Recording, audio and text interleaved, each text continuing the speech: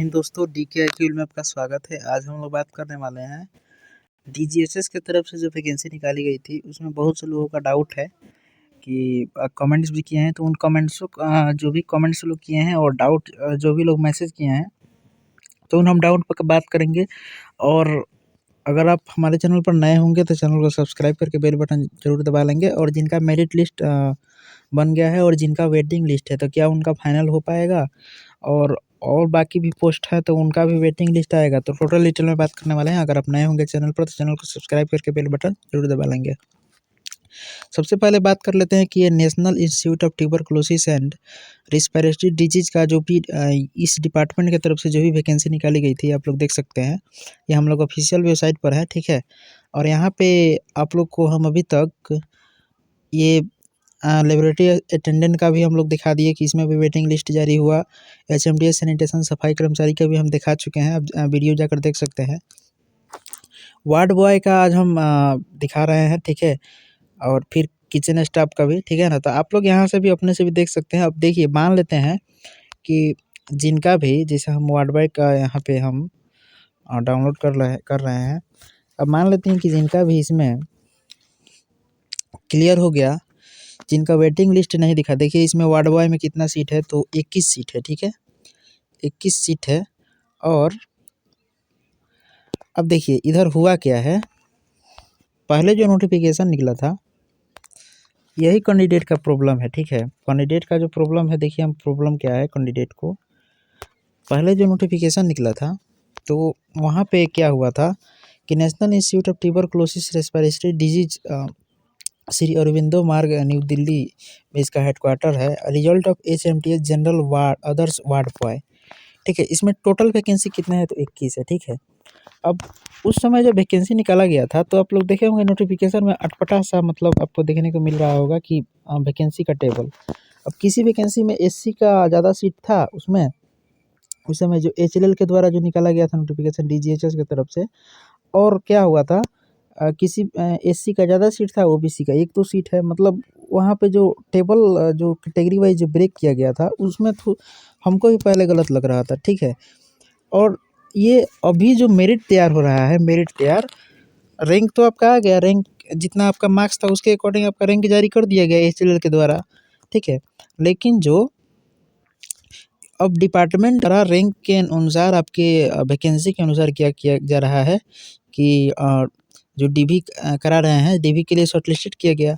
और शॉर्टलिस्टेड करने के बाद जो भी लोग DV कराएं अपना सबमिट किए डॉक्यूमेंट्स, तो उसके बाद क्या हुआ कि मेरिट फाइनली तैयार किया जा रहा है। खासकर NITRD द्वारा पूरा फाइनली मेरिट तैयार किया जा रहा है और वेटिंग लिस्ट में रखा जा रहा है। तो क्या जितने भी इसमें डिपार्टमेंट दिए गए थे, कई तरह का डिपार्टमेंट था जो DGHS की तरफ से निकाली गई थी, तो क्या मतलब सभी का वेटिंग लिस्ट आएगा और फिर एक मेन लिस्ट आएगा। तो देखिए ये डिपार्टमेंट के ऊपर निर्भर करता है, ठीक है ना। ये डिपार्टमेंट के ऊपर निर्भर करता है कि वेटिंग लिस्ट देते हैं या नहीं देते हैं, लेकिन देना चाहिए, सभी को देना चाहिए। अगर ये डिपार्टमेंट दे रही है वेटिंग लिस्ट का तो और भी डिपार्टमेंट को देना चाहिए, ताकि मान लेते हैं कोई कैंडिडेट अगर ज्वाइन नहीं लेते हैं या किसी कारणवश वो वैकेंसी अगर उस डिपार्टमेंट में खाली होती है तो जो भी लोग वेटिंग लिस्ट होंगे, वेटिंग लिस्ट वाले को फिर से उनको मेल वगैरह के थ्रू आपको बुलाया जाएगा, ठीक है। तो आपका बिल्कुल चांस बन रहा है। अब इधर देखिए हुआ क्या है, हम आपको बता रहे हैं, डाउट में नहीं रहना है। देखिए यहाँ पे एडवर्टीजमेंट में जो निकला था वैकेंसी, ईवर में 9 सीट था, ठीक है। और SC में 7 सीट था, ST में 2 सीट था, OBC में 1 सीट था, IWS में 2 सीट था, ठीक है। यहाँ पे however as per institute of reservation roster, जो ये इंस्टीट्यूट है इसमें रिजर्वेशन रोस्टर के अकॉर्डिंग क्या होता है, कोई भी आपका डिपार्टमेंट हो उसमें रोस्टर वाइज वैकेंसी को कलेक्ट किया जाता है कि किस कैटेगरी में कितना वैकेंसी वैकेंट है, ठीक है, कितना वैकेंसी खाली है। तो उसके अकॉर्डिंग ईवर में तो 9 सीट, ठीक है। OBC में जो इधर 1 सीट आप देख रहे थे, OBC में जो आप इधर 1 सीट देख रहे थे, उसको क्या किया गया कि ब्रेक कर दिया गया। ये अपने से भी आप लोग को थोड़ा सा मतलब सोचना चाहिए कि देखिए OBC में कभी भी इतना कम तो सीट रह ही नहीं सकता है, ठीक है, OBC में।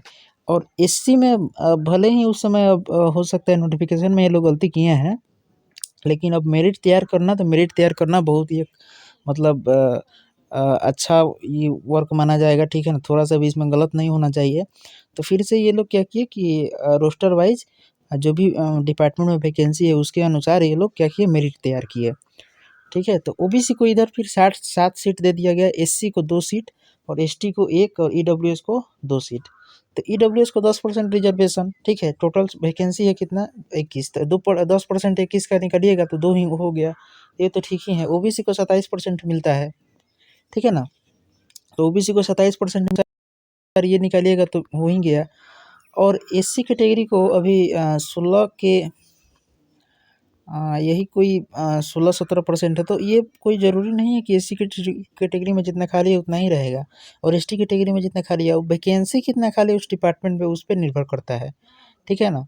तो उस टाइप से इसमें कैटेगरी वाइज ब्रेक किया गया। तो ईवर में 9 सीट और ओबीसी में 7 सीट, एससी में 2 सीट, एसटी में 1 सीट, ईडब्ल्यूएस में 2 सीट। ठीक है, इस टाइप से इसमें ब्रेक किया गया। यही आपका एक्चुअल है, एक्चुअल वैकेंसी आपका यही है। उसके अनुसार क्या हुआ कि यहाँ पे it may be noted as for reservation rule SC ST OBC EWS candidate who are selected on relaxed standard of age limit etc shall be considered against the respective reserve vacancy only. In other words, SC ST OBC EWS candidate who are selected on the same standard as apply to general candidate without relaxation age limit. तो इसमें वही बात कहा गया है कि अगर आप एज रिलैक्सेशन नहीं लिए हैं, आपका पूरा क्राइटेरिया फुलफिल कर रहे हैं ईवर जैसा, तो आपको, अगर आपका ईवर का मार्क्स है, ईवर का जैसा रैंक है, तो आपको ईवर में काउंट कर किया जा सकता है, ईवर वाला सीट आपको मिल सकता है अगर आपका कैटेगरी में वैकेंसी कम है तब भी। लेकिन अगर आपका उसका फुलफिल नहीं कर रहे हैं, कोई जैसे एज क्राइटेरिया फुलफिल नहीं कर रहे हैं, तो फिर आपको दिक्कत हो सकता है। इधर देखिएगा, ऑन रिजर्व कैटेगरी से 9 सीट था, तो 9 आदमी का यहाँ पे क्या किया गया, चयन कर लिया गया।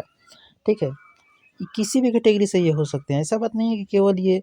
अब देखिए, ये मीना है, श्री राहुल कुमार मीना, तो ये तो एसटी कैटेगरी से होंगे, लेकिन इनको ईवर में रख दिया गया है ना।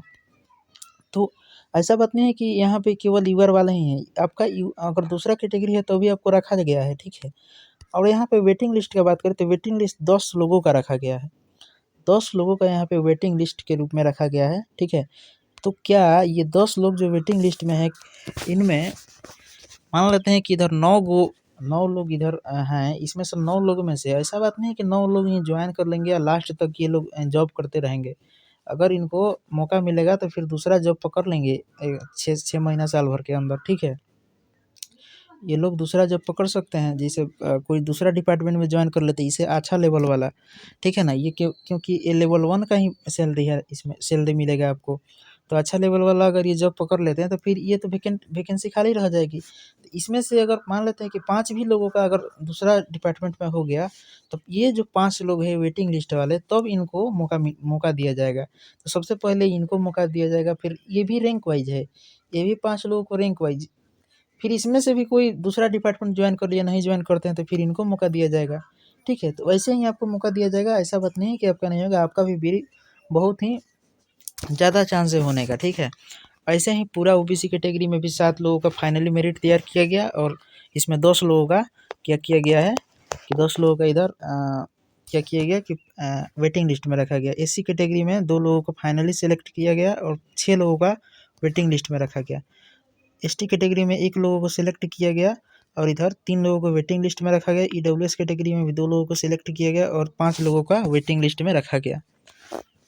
ठीक है, अब बात करते हैं कि सर, जैसे मान लेते हैं फील्ड वर्कर जिनका भी है, तो फील्ड वर्कर वाले लोगों को लिए इधर मान लेते हैं कि उनका वेटिंग लिस्ट आएगा या डायरेक्ट मेरिट आएगा। तो देखिए, डिपार्टमेंट पर निर्भर करता है, आपको मेल के द्वारा भी आपका डायरेक्ट, अगर आपका डीबी हो गया है तो आपको भेज दिया जा सकता है, ज्वाइनिंग लेटर भेजा जा सकता है। वे या अगर कोई बंदे ज्वाइन नहीं करते हैं तो जो भी उनके नीचे वाले रैंक होंगे उनको भेजा जा सकता है। ठीक है, और ये भी बात हम आपको बता दें कि सभी लोगों का मेल पर आप हो चुका है, कोई नया मेल नहीं आएगा। जिनका मेल आया था डीबी के लिए, उन्हीं लोगों में से ये लोग सेलेक्ट कर रहे हैं। ठीक है, उन्हीं लोगों में से ये लोग किसी का अच्छा उसमें से भी रैंक है तो उनको ईवर में, ओबीसी में जो भी कैटेगरी वाइज वैकेंसी है उसके अनुसार ये लोग ब्रेक करके सेलेक्ट कर रहे हैं। तो ज़्यादा चांस है कि जो फील्ड वर्कर वाला है उसको एक मेरिट फाइनली रूप से आएगा कि इतने लोगों को फाइनली रूप से सेलेक्ट किया गया है और इतने लोगों को वेटिंग लिस्ट में रखा गया है। ठीक है, तो आना चाहिए। फिलहाल देखिए क्या होता है, वेटिंग लिस्ट में भी ये लोग को चांस है कि रख सकते हैं ये लोग, ठीक है। तो